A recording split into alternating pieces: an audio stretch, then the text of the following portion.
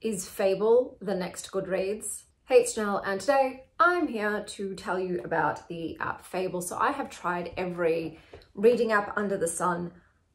I still prefer Goodreads the most because of their breadth of collection, the most books in their catalogue, and they've got a fantastic community setup, especially when you have friends and you can see what they're reading and things that they like, and it's just very easy to use. I hate that they're run by Amazon, that they don't have half or quarter star ratings, and that they don't do statistics as you go. It's only at the end of the year. So those are my biggest gripes for Goodreads, which is why I also still use Storygraph because of their statistics function. If you want a monthly wrap up, they're the place to go. And they also have half and quarter star ratings, which is great, but otherwise I don't really like the rest of it. So I saw people were mentioning Fable, so I thought, okay, let's give it a go. I've tried plenty of other reading apps in the past. None of them appealed or were as good as Goodreads and Storygraph. So I thought I'd give you a little rundown of the app now that I've been using it for a few weeks. So we'll start with the homepage. Now the homepage, you have reading streak. I have kept on doing this so you can see what it's like personally. I don't like stuff like this. It feels like an obligation, and if you don't do it every day, your streak ends and it makes you feel like you've failed. And I know that sometimes games are set up this way too. I remember my kids saying, we have to log on. If we don't log on, we will lose our streak.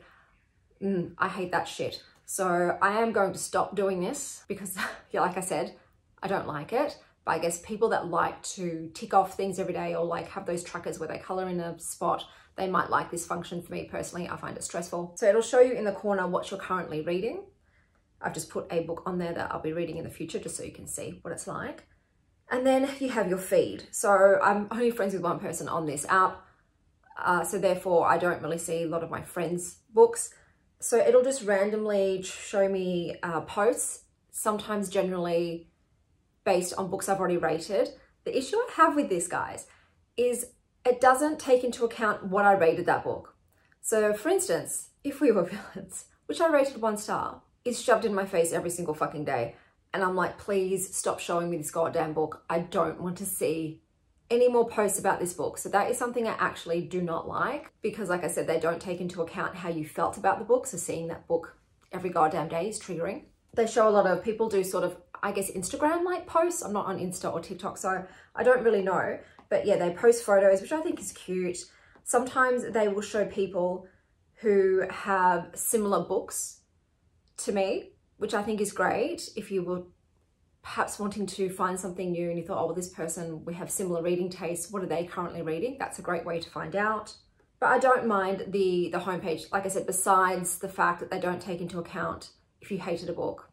So maybe they can fix that up. Like, hey, let's not show people books they've rated less than 3 stars because they probably don't want to see them again. And then we got the clubs page, which is very cool. So this, okay, Fable is both a book and television app.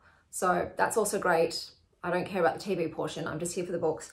But you can find book clubs. And I think that is a fantastic option. I might consider doing that in the future.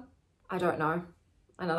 But for people who can't go to book clubs in real life or who want to be part of an online book club and don't want to pay for it, so I think these are free. I think this is a fantastic option, and they can see, oh yeah, I like the books this book club's chosen in the past, and they get to talk to people about it. So I think that's fantastic. The main reason I joined BookTube was so that I could talk to people about books, not just get my thoughts out, which is something you definitely want to do when you read a book. You want to talk about it, but then also engage with people in the comments. It's almost like you're part of a book club. So I think this is a fantastic function. Then we've got the Explore page. So the Explore page has a lot of things. I will say that their library, it says, oh, we've got 1 million plus books. There were quite a few books, unfortunately, that I have read that aren't on here. I'd say especially Australian published new release books. You might not find them on here, along with anything sort of very indie or alternative. So another downside to this is, unlike Goodreads and Storygraph, I can't see where you can add a book. So there seems to be no function to add a book that is not in their database. So maybe that's something they could consider too, because yeah, I think that's a downside, especially if you read a lot of niche, not mass market books. You should be able to, via ISBN or whatever it is, upload, integrate your own book into the database. But at the moment, it doesn't seem to be there. So on the front page, you've got Scout, which is their AI book recommender. I'm sorry, but it really fucking sucks. I've tried it a couple of times and I was not impressed with it. I think I actually don't like any of the AI apps for book recommendations. I've tried quite a few of them and they seem to be limited in the selection that they recommend to you. You just get recommended a lot of the same books. But I think ChatGPT or whatever is better than this so far. This one was really abysmal, but I'm guessing it's still a work in progress. And I know with AI, they work better over time once they've had more input. But at the moment, I'm not interested in using it, but you know, it's fun to have a play with, I guess. Then we've got giveaways. So if you're into ebook giveaways, they have this on this website. Suggestions based on your lists. So this is where the page that I have chosen all the books for this reading vlog. So some of them came from the more of what you like, which is very random. Sometimes I'm like, what book are you basing this suggested list from? It doesn't say, so I don't know, but it changes every single day. So you do get brand new recommendations daily. Then you've got the new releases, which is, you know, also fantastic. So I chose from popular by genre. So you can go individually through there. We've got Build the TBR of Your Dreams, which is another sort of in-app selection tool. I didn't like it. Again, I didn't think it worked that well, but have a play with it yourself and see. For me personally, I just found the recommendations a bit odd. But like I said, maybe that's something that will improve over time with more user use. Then you've got some book clubs, like the Motherhood Unhinged book club. I like majority of these books. So I know that this is a book club that I can go to because I like motherhood as a theme in books if I'm feeling like reading about mummies.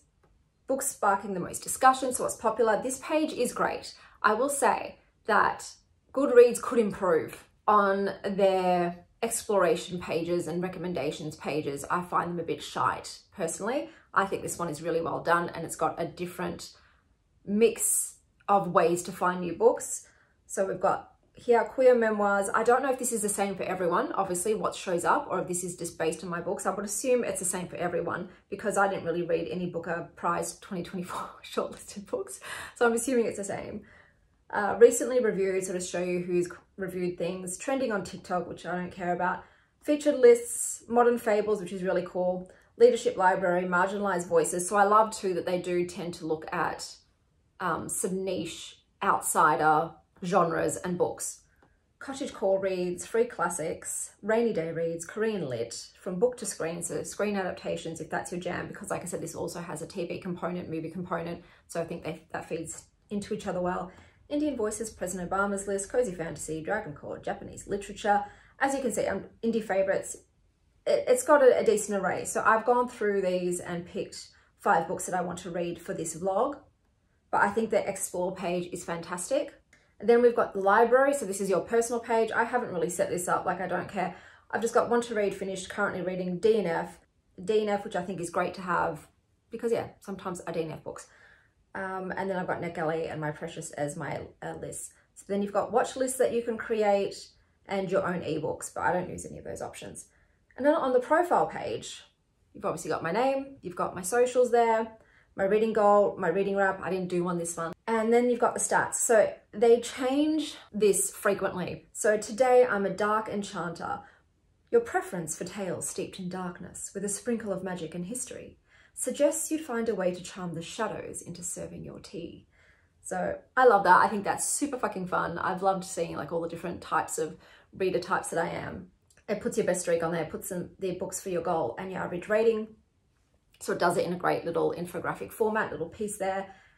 It's got beautiful visuals. Okay, so I will say that I like the infographics in this. So it's got my reading goal. It's got, look, I have not read 685 books this year. That is obviously a bit faulty with the importing of the Goodreads. So I find that happens every time. Doesn't matter what website, not everything comes across right. So yes, I haven't read 685 even with the DNFs. So then it's got the reading streak stuff, which I'm going to stop though. The most read genres, the average rating, the most read authors, which I think is great. So I'm really impressed with that. Like I said, because there's not many users on there, so I find that my posts make the front page very frequently because obviously I read a lot and I might be reading 2 books in a day because I don't think there is many users. I'm finding, yeah, the same people showing up on the homepage the most. Whoever reads the most, they show up on the homepage a lot. Like I said, the lack of the book library is a downside, so not having a lot of books in their database thus far. The usability is a bit shite. So I will put up a thing on the screen once I've read a book, like when I finish a book today, which I will, what that process is like, so you can see. I don't like it. It's a bit clunky, it's a bit laggy.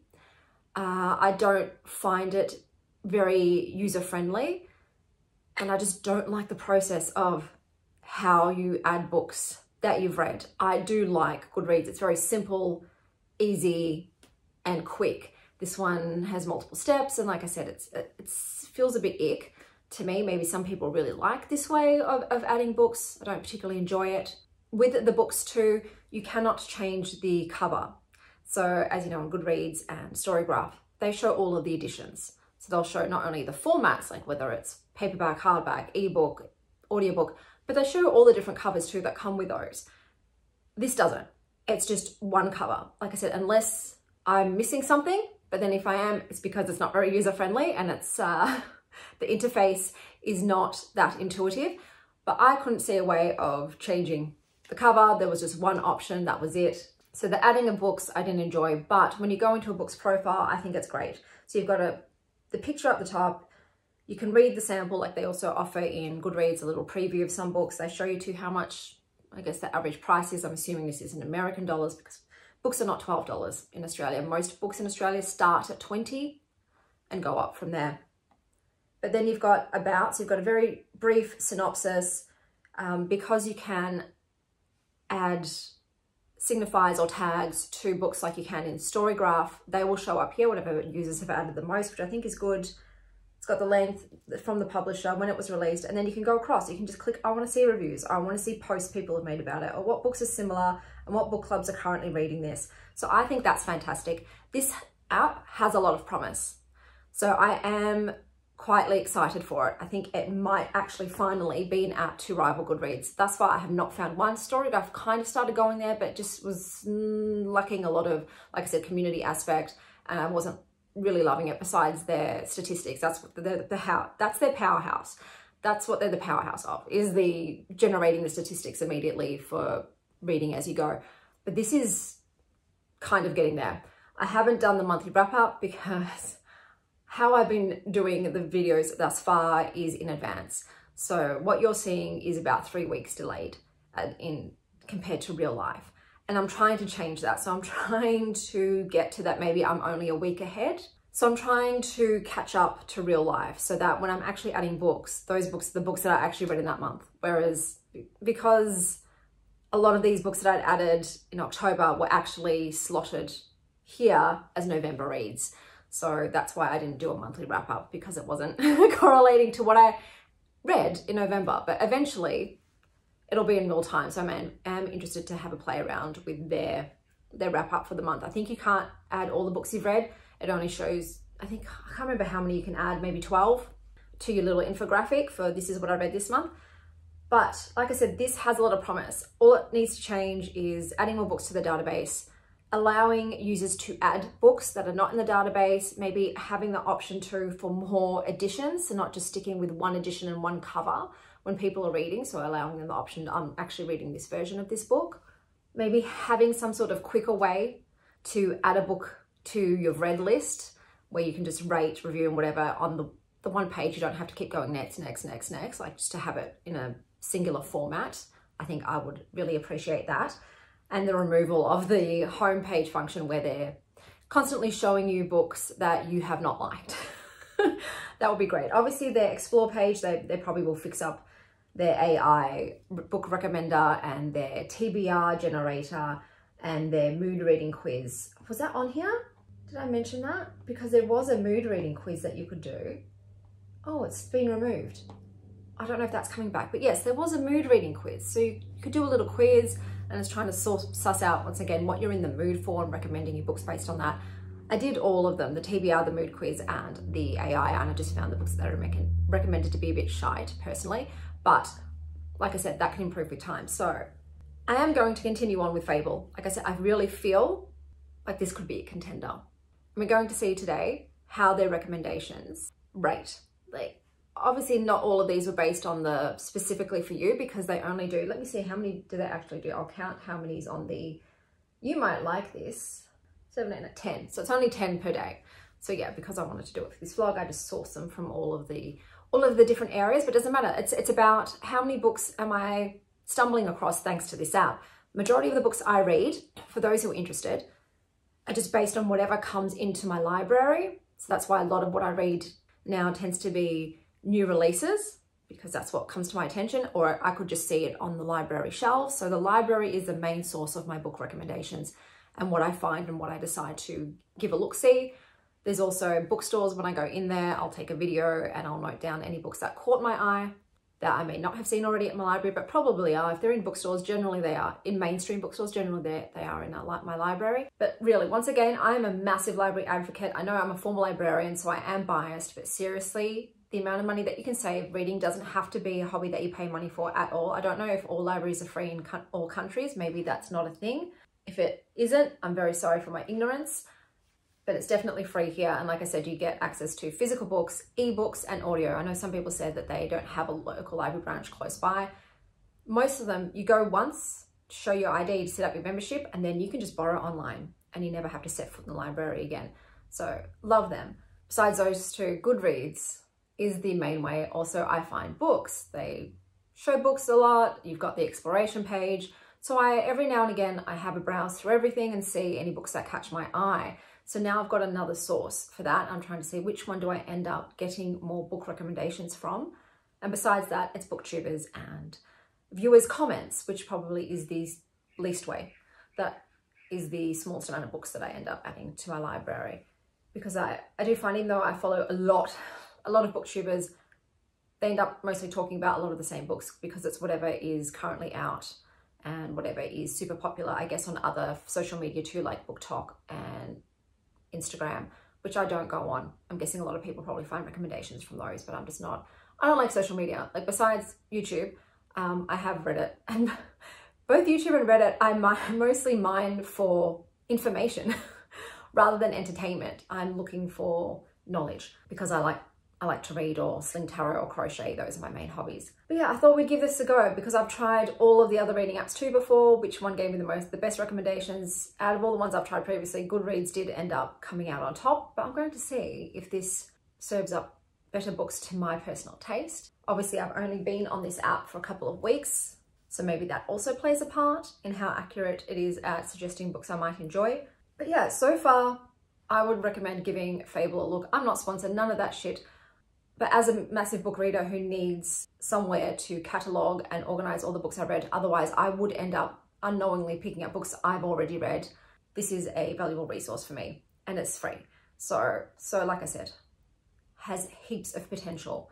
May end up edging out my use of Storygraph. If the monthly infographics and statistics on this are just as good, I won't need to use Storygraph anymore because it is tiresome. I was previously using Library Thing. I still think they're great. It's fun. Oh my God, I forgot. Library Thing was also a site I used a lot and I think it is fantastic. It just needs a bit of an update, a refresh in terms of its design. It feels a bit antiquated, but I think it is fantastic and I'm a massive fan. At the moment though, I'm just not adding daily. I'm just going to do an end of year Goodreads import for that particular website. But Library Thing I think is also a really good one. So I recommend checking that out. It might be to your fancy as well. But otherwise, in terms of like apps, you know, and for today's society, Fable's definitely more on the ball. Library Thing's a bit of a fuddy-duddy. So the first book that I will be reading for this reading vlog, I apologize for how wordy this was. Hopefully I can edit it down a bit for you and make it a bit more interesting. I'm currently reading This Is Where We Live by Kate Hardy. So this is a horror novella and I heavily suspect that this was recommended to me because I read Night Bitch. I'm seeing very clear parallels. And look, Night Bitch ended up, I think I gave it 3 stars. I was enjoying it until the cat murdering scene, which just didn't feel organic which just felt gratuitous in regards to the context of the book. But this is reminding me of that. It's the motherhood aspect is in here. The main character though is a killer. She slaughters both animals and people, it seems. There's a lot of body horror in this, so this is definitely geared more to the horrific side than Night Bitch was. I am enjoying it. I do like the writing style. It's a little bit fragmented, but I like it. It makes sense for this character's voice to be written in this style. You open up with the mother and her child, who they refer to as they, them. So I don't know if the child is non-binary, but that is how they're referring to them. I assume that they are. And she's got blood and human tissue under her fingernails. And then when she heads out to walk her child to school, there's a severed human toe on her doorstep. So she just literally flicks it into the garden in a very nonchalant way. This is not new to her. It seems like I said, this is going to be an unlikable character, but it's interesting and it's a horror. So I'm going into it with a horror aspect, not a litfic vibe. I did feel like Night Bitch was more litfic than horror, but so far so good. I'm about a quarter of the way through. I do feel like I will finish this book today. But besides that, we are going to Westfield today, so take 2 for the Christmas shopping. Hopefully I get it all done today. Oh yeah, I'll get something for you too, don't worry. Gotta get something for the cats for Christmas. But that's everything, and I'll see you guys when I return and when I have finished this book.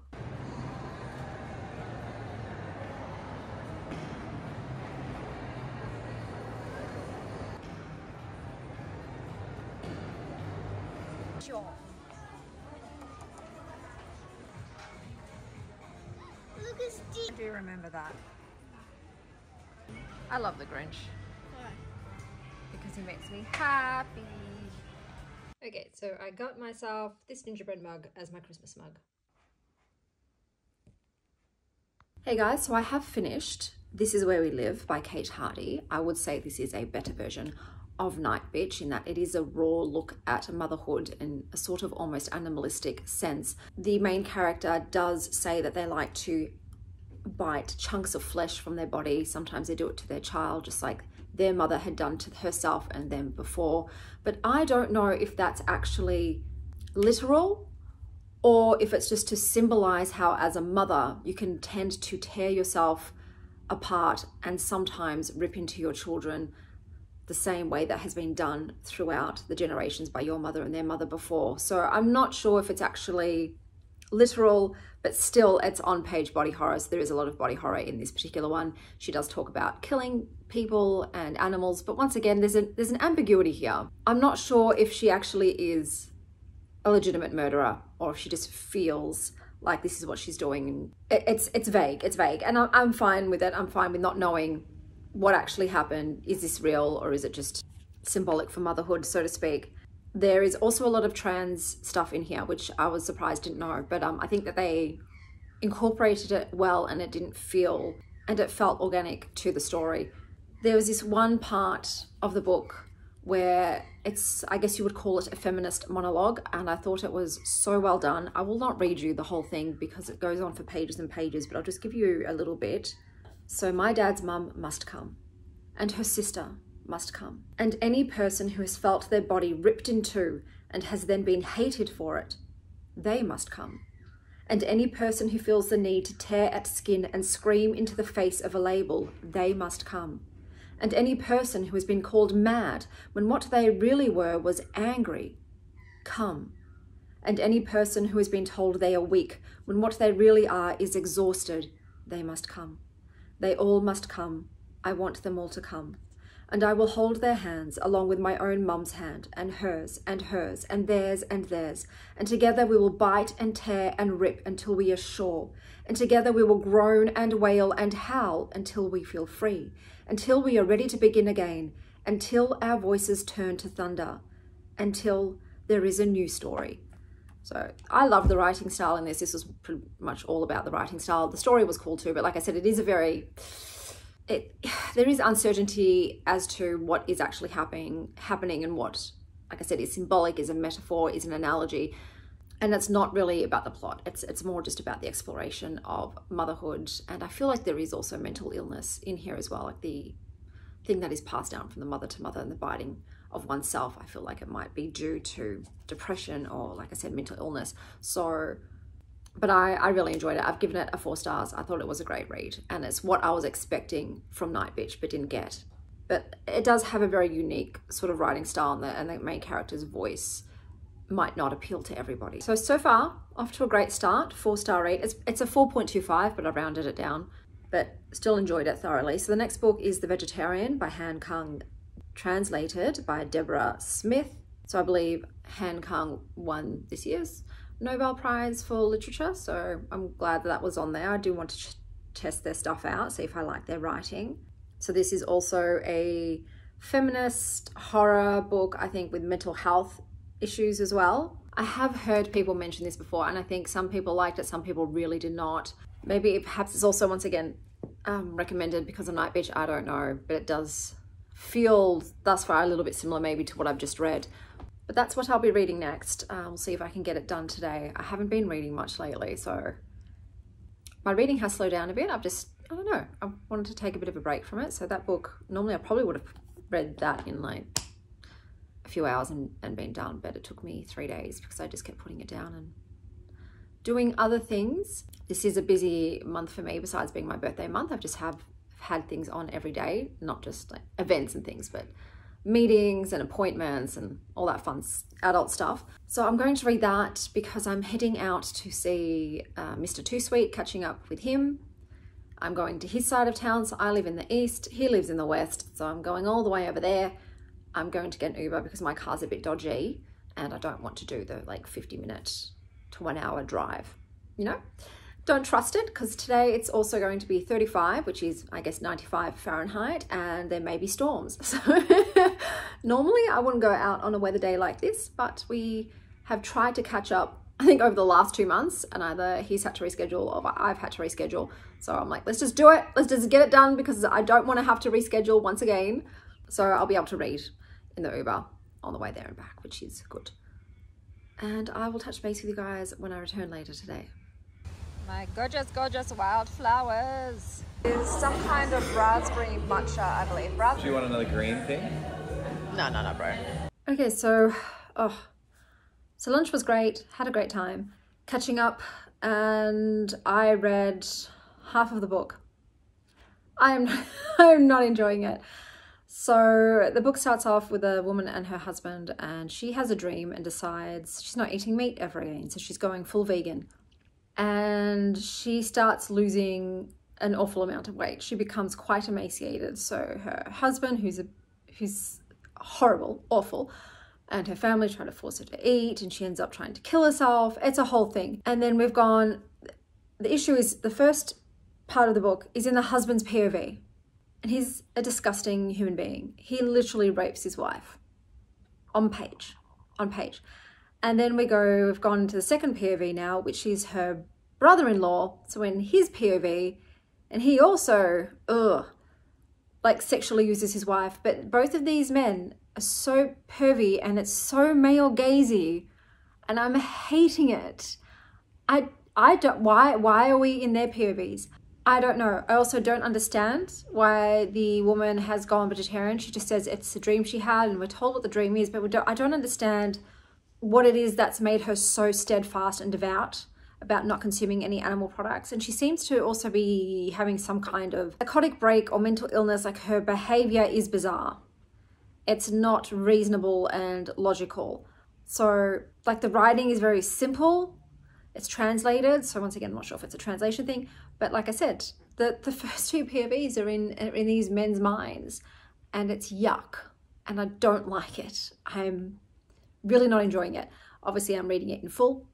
Hopefully it can swing itself around. I don't know, are we going to get a female perspective? I'm not sure.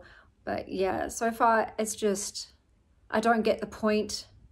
Besides, yeah, some men objectify women. I don't know. I thought maybe like the veganism would be symbolic of something, but so far it's just, I don't know, I'm not making connections. I'm just not getting it. So, you know, I don't know if I have to dive in the subtext to find meaning, but at the moment, yeah, I don't like it at all. So we'll see how we go. I'm going to try and finish it today, but it is hard. I should have finished the whole book with my car ride, but I put it down. I just thought I took breaks, called friends while I was in the back. So yeah, I don't like it. But hopefully I'll get back with you with an update today, but I'm taking a break now. Like, I just need to take a break from it and do something else. So I just got in some book mail. So if you guys recall, I read an arc earlier this year from NetGalley, which was called This Fatal Kiss, and I gave it 5 out of 5 stars. When Tom said, hey, buy yourself some books, besides buying new books I haven't read before, I thought I'd really like to add one of my 5-star reads to my home library. Which one should I add? Which one would I probably want to read again? And I thought it was, yeah, This Fatal Kiss. So I decided to get myself a physical copy, and it's so nice to have a book that I rated 5 stars that was an arc at the time and is now released. So this is the cover. This is one of my favorite covers as well. It won for my best cover of the month in the month that I read it. So it is absolutely beautiful. I think it's stunning, but check this out. I thought it was just going to be plain on the cover. It's not. So it has got a printing on the cover, which is absolutely gorgeous. So I am super happy to have a physical copy of one of my favorite books. So thank you very much, Tom. I'm going to go find a place for it on my bookshelf. I didn't like it. I didn't like it at all. Okay, so we did get a female POV. The last part of the book was in the vegetarian sister's POV in High. And I actually feel sorry for her the most, because not only does she have to deal with these disgusting men who are taking advantage of her mentally ill sister, but she also is the only one who is trying to help her mentally ill sister. I really hated the book. I hated it. It was gross. There's so many trigger warnings in this. I didn't see the point. If I sat there and I ripped it apart and I was really searching, I could find meaning and themes about like agency and misogyny and dreams and identity and yada, yada, yada. But I just, yeah, no, not for me. I'm giving it a 1 star. Unfortunately, there was just nothing I liked about it. And I will not be reading any more of Han Kang's work. Yeah, it just wasn't, I don't know. I still don't know why she became a vegan. She just did, okay, so listen, she's not just a vegan, because I don't want to put harmful things out there for vegans. She developed a full eating disorder. She pretty much refused to eat. So it wasn't just not eating meat, she was not eating. She didn't want to eat, and then these horrible things happened to her because obviously she's not eating food. So I would say there's body horror in this mostly. That's the horror, but also, like I said, so much rape on page and so gross. And these men just, no ramifications, nothing. So yeah, I don't know. I don't know who I'd recommend it for either. It's got mixed reviews on Goodreads. So some people hate it, some people think it's fine, some people love it. I guess see for yourself. I don't know, these Nobel Prize winning authors. Is there a good one? Is there one that you think this person's fantastic and this work of theirs is amazing? Because yeah, I've read some of her work and John Fosse, and I didn't enjoy either of them. But yeah, this one in particular was just unpleasant to read. It was so hard. It was such a short book, and yet it took me hours because whatever reason, when I'm not enjoying something, my reading slows down. Like it's like trudging through mud, you know, forcing yourself word by word to continue on when you just want to throw in the towel. Thank God it was a short book. If this was a regular sized novel, I'd be really sad right now that I spent all this time on it. So yeah, unfortunately, the vegetarian was not for me. I don't know why they're calling it vegetarian either, because she is vegan, not vegetarian. But like I said, it's just an eating disorder. And because we're never in her POV, which was also frustrating to me. We're always just getting the glimpses of her through other people's perspectives, and 2 of them were gross men. So yeah, it's not the kind of book I want to read. But thank God it's over. Okay, so the next book that I grabbed from Fable is called The Memory Police by Yoko Ogawa and translated by Stephen Snyder. Some people that I follow have read it. One's a 5-star, one is a 3. It is a sci-fi dystopian Japanese translation with magical realism. So we'll see how we go. So like I said, in the past, I have had no luck with Japanese translated fiction, but a lot of that was cozy books. There were books about cats, guys, pretty much. Because for some reason, Japanese translated fiction has a lot of books about cats and libraries and books. And so all of things which very much appealed to me. So I've tried so many of those books. None of them went well because of I found the writing just so devoid of emotion and personality. It was too simplistic. So we'll see how we go, but this is a sci-fi. So I'm hoping even if I don't enjoy the writing, so to speak, the plot will be enough to keep me going, the momentum. So yeah, so far 2 of the books I've chosen were translations. So I guess Fable does really like to recommend a lot of translated works, which is great. So that is the one that I shall be reading next. Okay, so I have finished The Memory Police. I have rounded it up to a 3. It's a 2.5. So in this story, you have a woman and they live on this island, and on this island, things are disappearing. They're forgotten. So it could be maybe a perfume bottle. Now the perfume bottle itself does not disappear, but the people of the town will wake up one day and they'll have no, how to describe it? No ability to remember what the perfume bottle is. They can't smell it, they can see it, but it's like it no longer holds any meaning to them. There are, however, some people in the town who do not forget.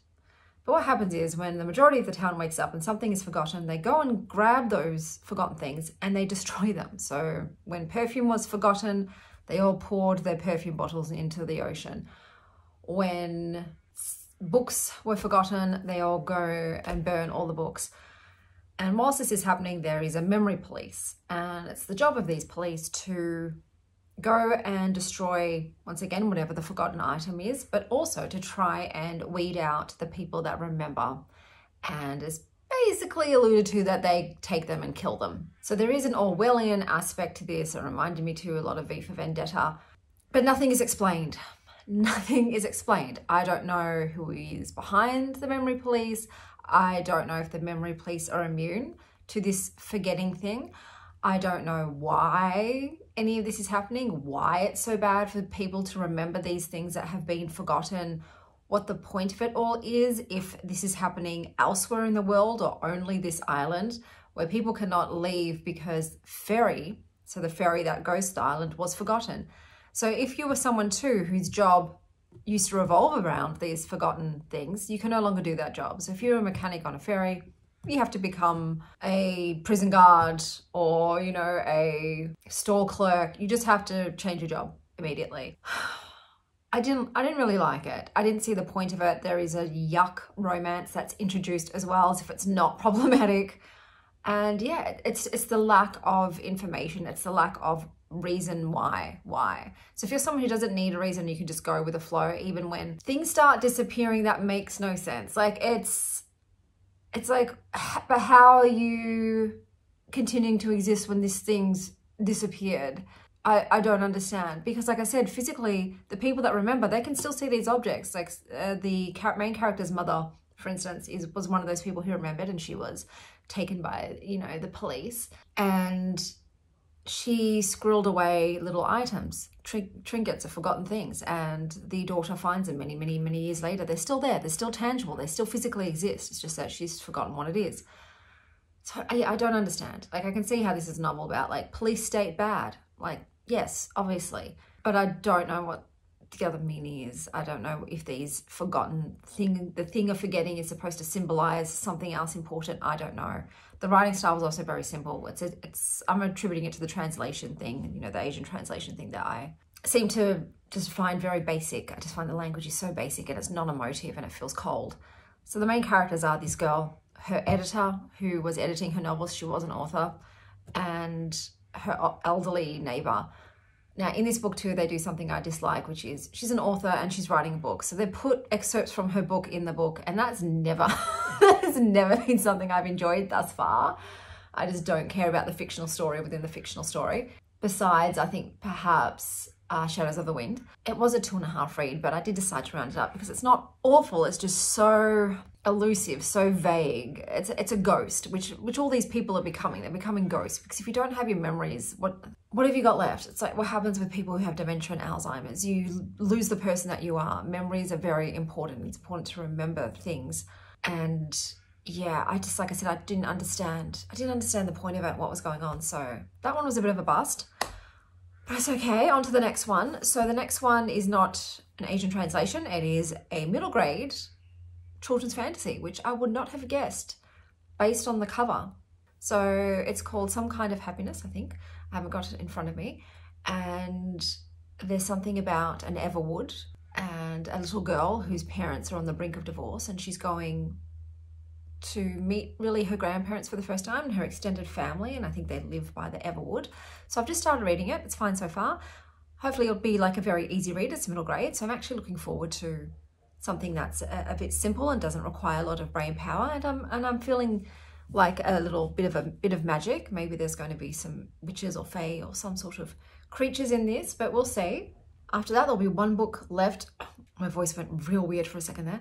There'll be one book left after this, and then we'll be done with Fable and we'll see. So far we've had one winner and 2 duds, but like I said previously, I think I did a Storygraph, a Goodreads and a library thing version of this blog where I got recommendations and decided who was a winner. I believe Goodreads did win by a whisker over a library thing, but still it was majority 3 stars or less. So there, once again, very few of the books that I grabbed from those were 5 stars, but we'll see. Today I went to my personal trainer for the first time in 3 months. I have not exercised besides just some walking and some stretching in 3 months because I've just felt so poorly. But now that the weather's warming up, look, I just want to move. I do want to move my body, even with my low energy. I want to do something. So I went back, but I was so weak that she's like, okay, let's just focus on some other things today. So what we focused on was possibly trying to reduce the amount of shin splints I get when I go for walks, because I can't walk for more than about 25 minutes. Otherwise I get shin splints and it's really shit. I'd like to go for longer walks and not have the shin splint pain. So yeah, she's like, actually we can do stuff for that. So we just did a lot of like calf muscle focused things and like some particular muscle that I've forgotten the name of. So we did that, and I'm just going to focus on that until I get my strength back. And then once I feel like I've got my strength back and energy back, I'll book in with her again and we can do a proper program, because I really would like to get back into my weightlifting. It's important for me to preserve my bone density since I have very low bone density. But yes, in the meantime, I do what I can. And right now that is stretching, walking, and now these exercises to strengthen my calf muscles. So that is what we'll do. It's my birthday coming up. So by the time you see this, my birthday will have passed, but it's up and coming. So I've got a birthday dinner planned and I'm looking forward to that. I did buy a birthday dress, but I don't think I'm going to fit into it. My weight fluctuates heavily. Like I get a lot of fluid retention and things like that. So I can be a size 6 one day and then a size 10 the next day, which makes it very annoying when it comes to clothing. Like I said, I do keep a few different sizes for this very reason, but it just means that the dress I got for my birthday, obviously when I bought the dress, I was smaller, and now I don't think, unless I wake up and all the water weight's gone and for whatever reason, you know, I need to fit into it, that would be great, but I'm not keeping my hopes up for that. So I've got some other options in different sizes. I might even just wear the blue and gold dress that I wore recently to Scifi because it's very comfy. It's a stretchy jersey dress and I still think it looks a bit fancy, so I might just wear that one, even though every year I do like to wear something new for my birthday. I think, is that a woman thing where we like to have a new birthday outfit each year? I don't know if that goes across all genders, but it is what it is. So I will probably update you then when I'm getting ready to go to my birthday. So I might read these 2 books and then give you the final update for the last 2.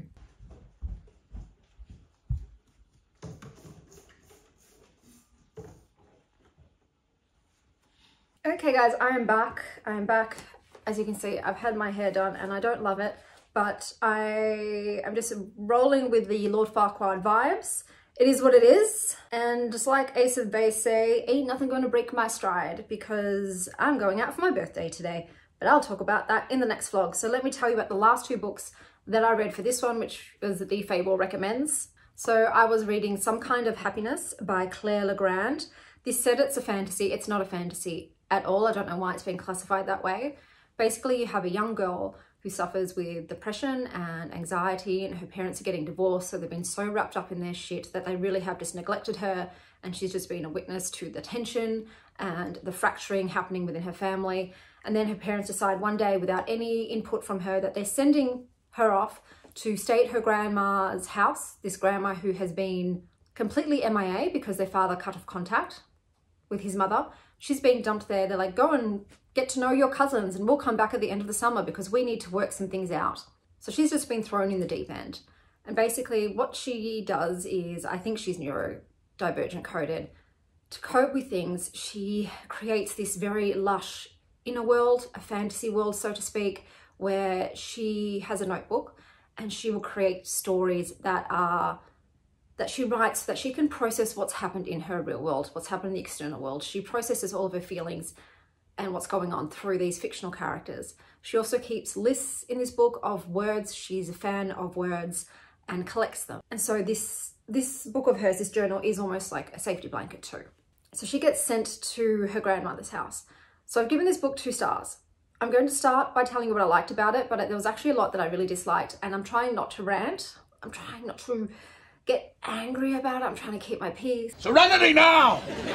It's just because this is marketed to middle graders is why I have the biggest issue with this. But the 2 stars is because the main character is great. She's fantastic. I think it's a realistic look at children who have anxiety and depression and probably autism and are dealing with a lot of adult things and being put in very new and unsettling situations. So that was great depiction of that. There are these beautiful moments that she spends with her cousins. So these other kids, she's getting to learn these kids and they're connecting through play, which is so beautiful. It just reminds you of that time in your childhood during the summer holidays where maybe, I know I did this, my parents would drop me at my grandmother's house and so did my aunts and uncles. So me and my cousins would all be together and we make up these elaborate games. A lot of them were, say, like we had wars with the neighbor kids next door, which they have in this one. And it just brought me back to that time. And I thought that was a wonderful way to showcase that magic of childhood and how kids sometimes incorporate things into their play that mirror what's happening elsewhere.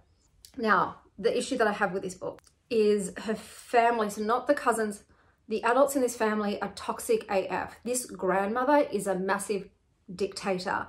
She's one of those people where immediately she's enforcing her idea of how she expects her granddaughter to act on this child who's never met her before. They have no connection, but immediately she's chastised for when she's called down to dinner where she has to also be presentable. She begins eating before waiting for the matriarch, the grandmother, to start, and everyone's like, grandma's the key that unlocks dinner. We can't eat until she says so. This is something that I have personal issue with. I don't get that whole, you have to wait for everybody. I know people consider that rude, but I'm like, if I'm going to meet someone for dinner or whatever, and I'm late, they can start without me every single goddamn time. I'm like, please don't wait to eat. And if your food comes out first, start. Don't let your food go cold because mine hasn't come out yet. I don't understand that whole etiquette thing, but this grandmother is massive on the etiquette. And then she makes a faux pas because she picks up the wrong fork for the salad. She doesn't pick up the salad fork for her salad. And it was just, this woman, this grandmother was on her ass 24/7, just constantly berating and like I said, chastising and correcting and imposing her will on this young girl. She's gaslit. All of the adults in this are lying to her. Anytime she tries to ask a question, because remember, she doesn't know these people. She's not there. She doesn't even know why her father and grandmother haven't spoken in 20 years. She doesn't know. So she's just asking a question.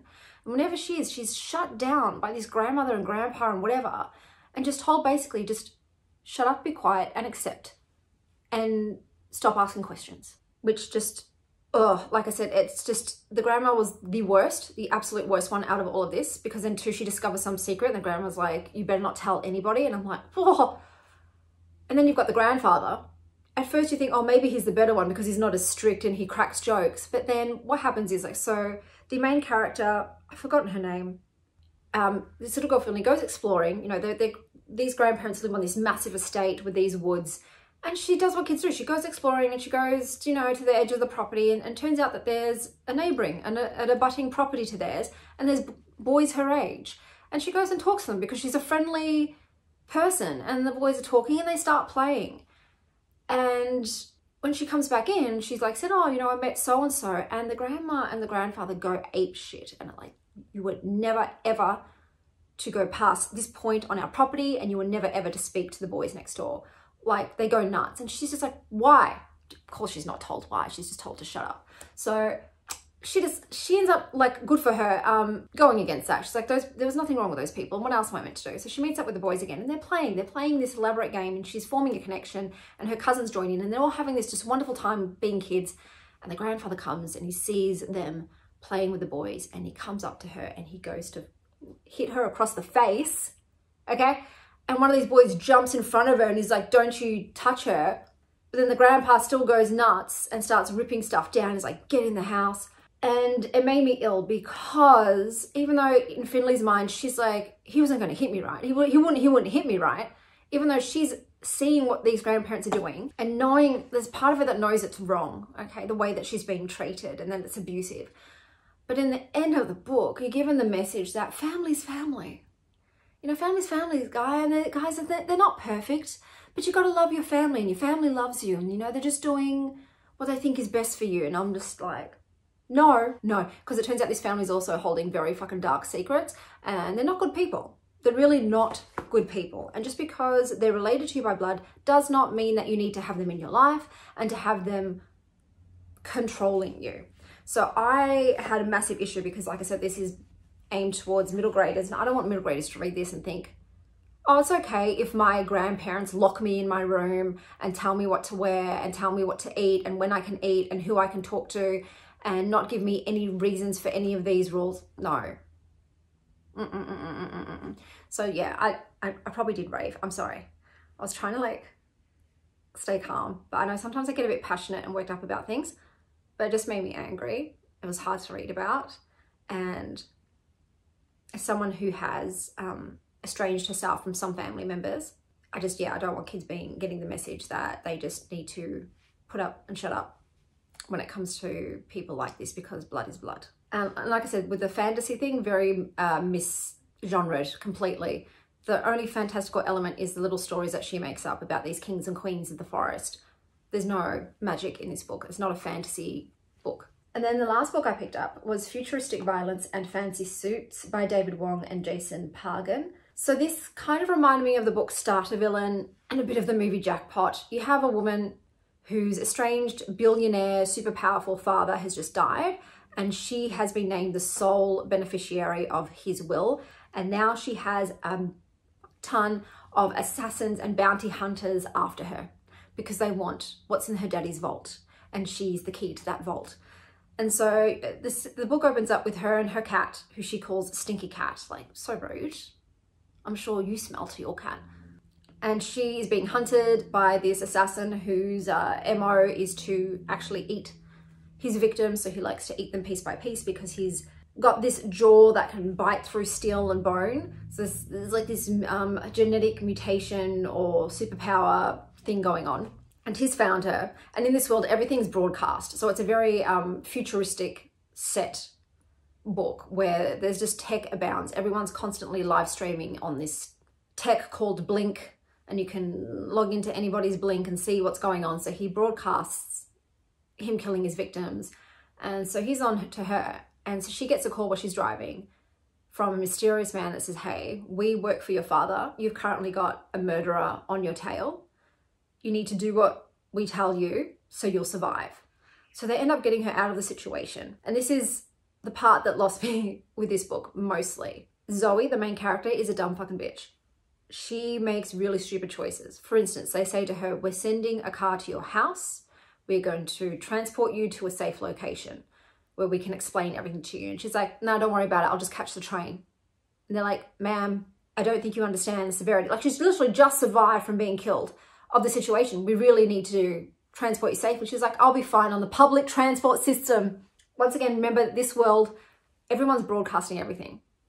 So all the people that are on her tail knows where she is. And I'm just like, she did not do that. So she decides she's just going to take her cat as well. Instead of leaving her cat with her mother, she's just going to take her cat with her and jump on the train and try to meet them.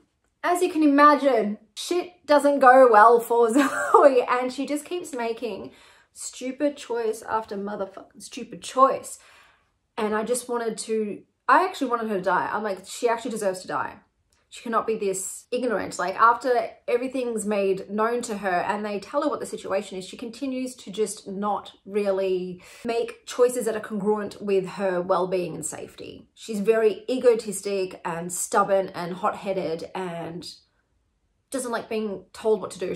She's kind of got like oppositional defiant disorder to her own detriment. Like in situations where she should really be listening to what she's being told by these people who have more knowledge and experience than her and do want her to live, but no. So dumb bitch aside, which is very hard. It's very hard when your main character is just making all these choices that you just don't agree with. This book had a lot of potential in the beginning. It was quite funny and I liked the world it was set in and the idea was really cool. And I thought, well, this might be really good. It went downhill very quickly because the book just had this overall very male gaziness to it. Like Zoe was definitely objectified. We're told repeatedly about her big, juicy, nice titties, like big, nice, amazing boobs, like great tartars, these breastises all on point, and all these other things. It's very misogynistic as well. There was also unnecessary pedo stuff in this. I don't think that the pedo stuff that happened in here was pivotal to the story, to the character. It didn't need to be there. We didn't need to have that scene played out for us whatsoever. Could have been completely scrapped. A lot of this could have been completely scrapped. This was over 400 pages. It was over 400 pages and it felt that long. It's like, why is this still going? Oh, because Zoe keeps making stupid choices. The main villain in this, oh, what was his name? It was Molek, I think it was. He was giving El Macho. And so I struggled to take him seriously. Like, he was comical. He was written comically. And like I said, this book did have a lot of violence, like ultra violence.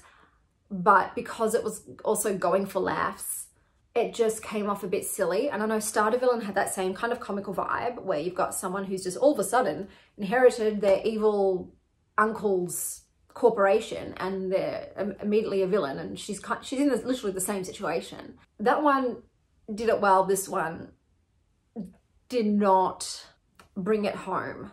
There's also a romance just thrown in there that just, I don't know, I really wanted to like this and I think I could have, but yeah, it just didn't end up being something that I enjoyed. And obviously the cat, which kept being brought to things, was constantly in harm's way. But like I said, just every time Zoe made this choice, and you're like, Zoe, come on. Can you not see how, like, you literally, like, she'll get warnings about stuff. The villains will be like, we're going to do this. Zoe could absolutely stop that from happening by just acting on the information they've given her. But she doesn't. And then the villains do the thing they said they were going to do. So, and remember, she's a multi-billionaire. She's got everything at her fingertips. So yeah, like I said, it was just weird. But the world building was cool. Like I said, it was set in this very high-tech world, and they were in basically the new version of Las Vegas, which was called Tabula Rasa, with a dollar sign, which was, built like by a bunch of finance tech dude bros, which you just imagine what a bunch of Elon Musks would be like if they could create their own town. It's that kind of thing. So it was fun, but yeah, unfortunately, there was a lot of things I didn't like about it. So I've given it a 2. But I think if you don't care about male gazy stuff, which I know a lot of people, they can just brush that off. You might enjoy it. If you don't care about the main characters being dumbasses. So like I said, it did remind me of the main chick in Jackpot. She was making the same stupid choices. Then you'll probably enjoy this. So let's go through the books that I did read for this vlog that Fable recommended in order from least favorite. So we've got The Vegetarian by Han Kang, which I gave 1 star. Some Kind of Happiness by Claire Legrand, which I gave 2 stars. Futuristic Violence and Fancy Suits by David Wong, which I gave 2 stars.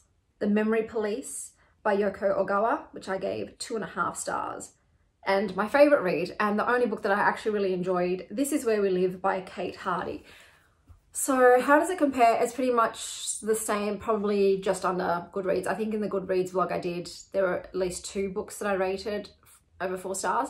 So that one did do better. So Goodreads is still a bit better at showcasing books and bringing books to my attention that I actually do enjoy. But like I said, I think Fable has so much potential.